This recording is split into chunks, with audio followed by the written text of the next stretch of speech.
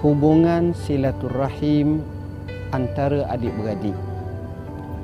Sejahat mana kehidupan, seteruk mana kehidupan adik-beradik, maka keadaannya tak mungkin dapat diputuskan.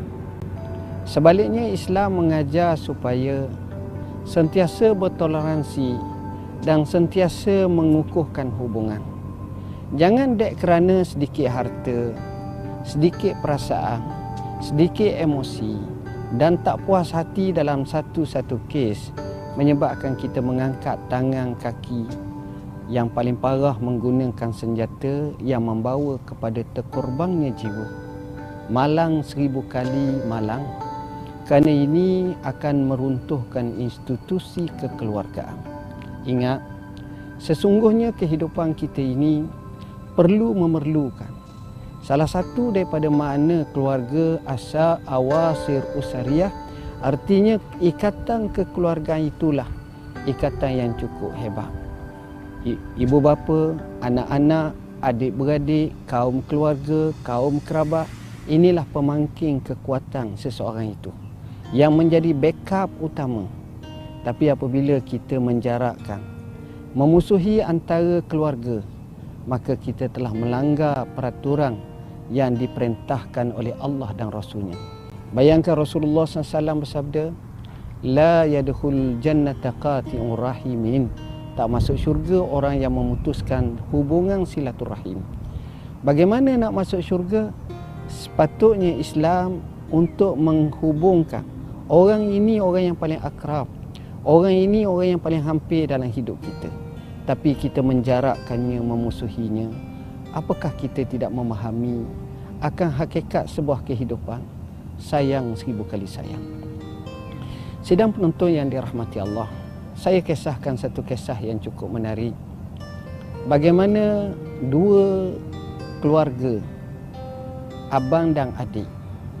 Kisah antara Muhammad Al-Hanafiyah dengan abangnya Sayyidina Hasan ibn Ali radhiyallahu an. Sayyidina Ali ini kahwin dengan Fatimah Zahra, dapat anak, salah seorangnya bernama Al-Hasan. Selepas wafatnya Fatimah Zahra, dia kahwin lagi dengan beberapa isteri. Salah seorangnya dia dapat anak bernama Muhammad Al-Hanafiyah. Al-Hasan marah kepada Muhammad Al-Hanafiyah satu hari, menyebabkan Muhammad Al-Hanafiyah merasa tertekan. Sehari dibiarkan, 2 hari dibiarkan, masuk hari ketiga, dia pergi menemui abangnya, lalu menyampaikan salam dan beritahu kepada abangnya, wahai abang, kalau nak banding ibu saya dengan ibu abang, air kaki ibu abang pun tak sama dengan ibu saya. Kerana ibu abang iaitu Fatimah Zahra, ibu kami orang biasa.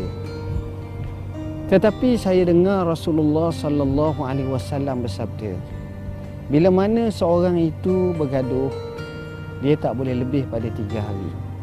Dan orang yang paling baik apabila bergaduh, wa khairuhum allazi yabda bis salam. Orang yang mula-mula beri salam.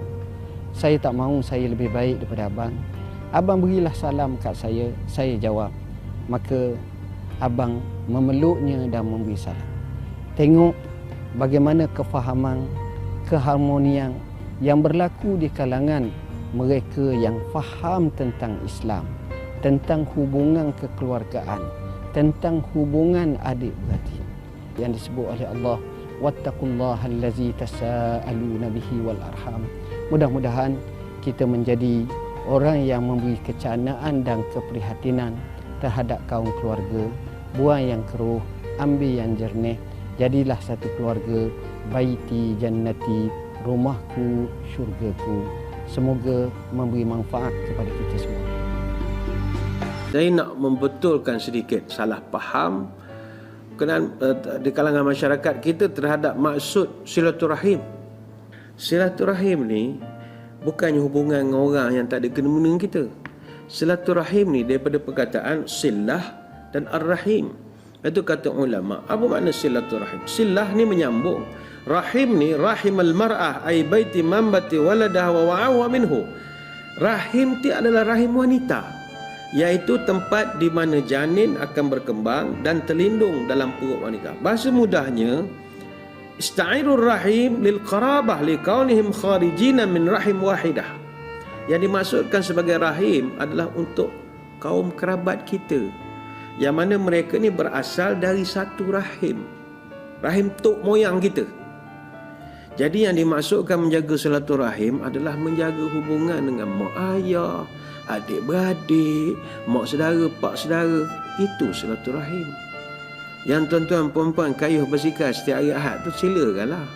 Tapi janganlah rumah mak jarang balik, adik-beradik tak bertegur, mak saudara tak pernah ziarah, WhatsApp group saudara mara asyik left 3 kali seminggu. Jangan begitu. Kawan-kawan bagi nak rak jaga, berhabis duit tak apa. Tapi adik-beradik, jadi pelik. Ada orang pesen begitu. Jangan. Silaturahim ni wajib dia jaga. Kalau kita tak jaga silaturahim, tercokoh dia. Ini bahasa orang Pahang. Dia duduk menunggu kita depan sirat, tak terjawab dia kita. Sebab itu tak boleh. Dia keluarga rahim ini satu nasab, satu darah, daripada sebelah abah ataupun ibu kita. Maknanya kalau ikut jenika ataupun generasi keluarga dalam bahasa Melayu, kita sendiri nak kena jaga. Kalau ke atas, mak, ayah, termasuklah adik-beradik mak dan ayah kita, mak saudara, pak saudara. Tahukah kita bahawa mak saudara kedudukannya sangat tinggi? Bahkan kalau dibuat perbandingan antara mak saudara dengan mak mentua, mana paling kuat sekali hubungan dengan kita? Orang akan jawab mak mentua sebab kita kahwin anak dia. Dah, al-khalatu bimanzilati ummi. Mak saudara setarah mak kita. Mana batas semayangnya? Mak saudara kita, adik-beradik ayah kita, adik-beradik mak kita. Sebab mak saudara sampai bila-bila tak boleh diganti. Itulah adik-beradik mak bapak kita. Tapi mak mentua itu boleh diganti. Mak mentua boleh tambah baru, koleksi baru boleh. Mak mentua di Johor seorang, mak mentua di Perak seorang, mentera di Indonesia seorang, boleh tambah. Mak saudara tak. Saya pernah mendengar Nabi SAW bersabda, la tanzilur rahmatu ala qaumin fihim qati'ur rahimin. Rahmat tidak akan turun kepada mana-mana kaum yang di dalamnya terdapat orang yang memutuskan silaturahim. Hadis riwayat Imam Muslim. Baik itu jangan kelahi, terutama dengan saudara mara kita ini. Tak boleh, dia rahim kita, mak saudara. Itu atas kita mak ayah, adik-beradik mak ayah kita, mak saudara, pak saudara. Atas lagi datuk ataupun nenek, iaitu bapa kepada mak dan ayah kita. Kemudian atasnya moyang, buyut, cakawari, celawari, dan apa lagi, tak boleh nak kira lah. Itu atas-atas, itu dah tak ada, meninggal dah agaknya. Dan kalau ke bawah, wajib kita menjaga kita, anak, cucu, cicit, piuk, piat, cicut, miat, miut, oneng. Itu yang paling bawah tu, tak jumpa dah, meninggal dah kita agaknya. Ini tak ramai orang ambil perhatian. Yang disibuk jaga kengkawannya siang malam, pagi petang. Itu. Cuma maksud kemah apa dia? Hubungan antara tuan-tuan tu, dosa kita akan buat, tapi silaturahim tak boleh putus. Jangan silap. Kita dosa tak mau buat, silaturahim bagi putus. Pelik. Kita dosa kita kena buat sebab kita manusia. Sebab tu kita taubat, pasal ada Tuhan ampun dosa. Pasal tu bila kita naik kereta kan ada doa yang diajar oleh Nabi, apa dia? Allahumma inni zalamtu nafsi faghfirli fa innahu la yaghfiru dzunuba illa anta. Kita dongak kepala ke atas, kita kena senyum. Pasal apa? Sebab senyum tu maknanya Allah tahu, kata kita tahu ada Tuhan yang akan ampun dosa kita. Kita ada dosa kita tak mau dok buat, silaturahim kita putus. Pelik. Orang silaturahim tak boleh putus. Dosa buat tak apa, asal kita taubat. Sebab kita manusia. Tapi silaturahim jangan putus siapa aja. Sebab Nabi dah habaq dah dalam hadis Nabi kata apa? La yadkhulul jannata qati'un. Tak akan masuk syurga siapa yang putus silaturahim. Kalau nak dapat keberkatan dalam hidup, sambung silaturahim. Wasilul arham. Orang yang sambung silaturahim panjang umur. Orang yang sambung silaturahim murah rezeki. Kita nak doa, bila sakit orang doa, bila mati orang doa, bila berjaya orang doa. Caranya apa? Caranya menyambung silaturahim. Kalau orang tak doa pada kita, malaikat doa pada tuan-tuan. Sayang tuan-tuan, hari ini orang Islam bermusuh sesama Islam, benci membenci, tolak sesama Islam yang sama kiblat, yang satu kitab, yang satu nabi, yang satu Tuhan, hanya semata-mata perbezaan politik. Jadi marilah tuan-tuan kita cari keberkatan hidup, kita sambung silaturahim, kita jaga perpaduan supaya Allah kekalkan kasih sayang kepada kita. Barulah nama barakah. Dia tak puas hati ke abang dia, tak tegur dia. Inilah maknanya lumrah masyarakat. Abang nak tegur adik, adik tak tegur abang. Laki bini ada tak tegur. Dalam satu kes mahkamah syariah lebih kurang 12 tahun masih, atau 8 tahun, kita lupa juga, tidak bertegur siapa. Kahwin baik 2 bulan 3 bulan, lepas tu berbalah. Bini duduk dapur, laki masuk, bini lari. Bang, laki duduk kat ruang tamu, bini keluar, tengok laki ada, masuk mula dalam bilik, masang muka. 8 tahun. Jadi bila kita dengar soalan dia kata abang dia tak tegur dia, tapi kadang-kadang kita tanya abang dia pula, adik tak tegur, tak selesai masalah. Bila orang mari cerita kat kita, memang dia baik. Bang, kita pergi ngadu orang, kita lah baik. Nah, padahal kita jahat kadang-kadang. Lepas tu kita bukan nak jawab, dah nak jawab benda lagu ni. Masing-masing duduk baik-baik. Nah, sengaja mutukan silaturahim, kita faham dah hukumnya haram. Buat maghrib start mana pun hukumnya haram. Nah, kita faham dah. Hak dak kena tu ada sebab. Bapa abang kita tak suka ke kita? Bapa kakak kita marah ke kita? Nah, kadang-kadang ada sebab kau, kadang-kadang walaupun kakak dan abang kita salah, kita tegur untuk agama, tapi cara kita menegur biadab kadang-kadang. Nak orang-orang muda kadang-kadang ni darah muda. Abang-abang dia jenis lara sikit, sampai jadi balah dengan abang. Sebab apa balah? Sebab dia mendalami agama. Dah dulu baik pasal dia tak ngaji agama, tapi sejak adik ni ngaji, balah dengan abang. Sebab apa? Sebab adik ni banyak tahu hukum. Bila banyak tahu hukum, nak menyampai, nak menegur adik-beradik yang lain. Tapi cara nak menegur tak kena. Kita nak menegur kan, biarlah maknanya dengan kasih sayang dulu. Dia adik-beradik kita, abang kita kan, nampak? Jangan beri dia malu, jangan beri dia aib, jangan dia berasa kita ni budak nak tegur orang yang lebih dewasa. Lepas tu bila kita bijak, maka dakwah kita berkesan. Kadang-kadang salah kita sendiri. Jadi langkah ni susah molek-molek dah. Memang tak bagus berbalah-balah begitu. Kalau tidak menjaga silaturahim, la yadkhulul jannah, tak akan masuk surga.